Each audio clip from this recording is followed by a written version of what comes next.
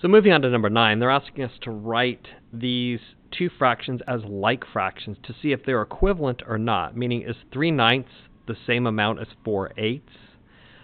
So in order to do that, we need to find a common denominator. We need to write them as like fractions, meaning they have a common denominator. The pieces have been cut into the same amount, and then we can just compare how many pieces this 3 out of 9 actually means.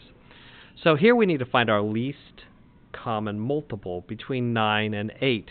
And I can list them all out, the ones of 9. And, I know my 9s pretty well, so I might list out 8, 16, 24, 32, 40, 48.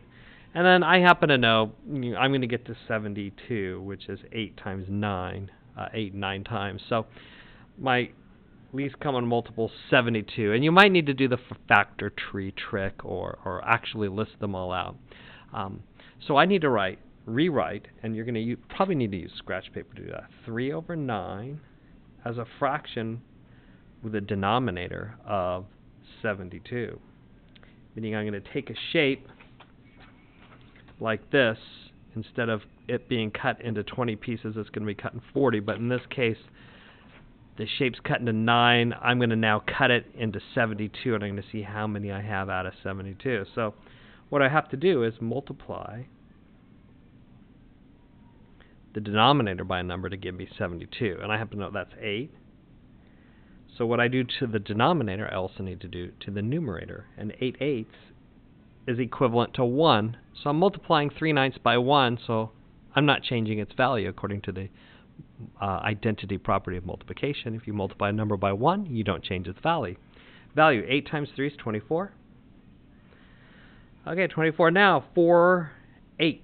I need to write 4/8 as something over 72. And 8 times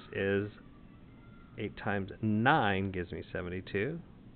9 9s. 4 times 9 is 36.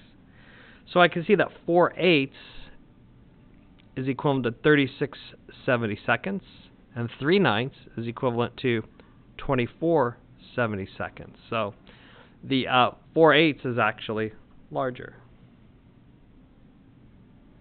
So they just ask if they're equivalent, so the answer would be no. But you also need to show all your work here for number 9.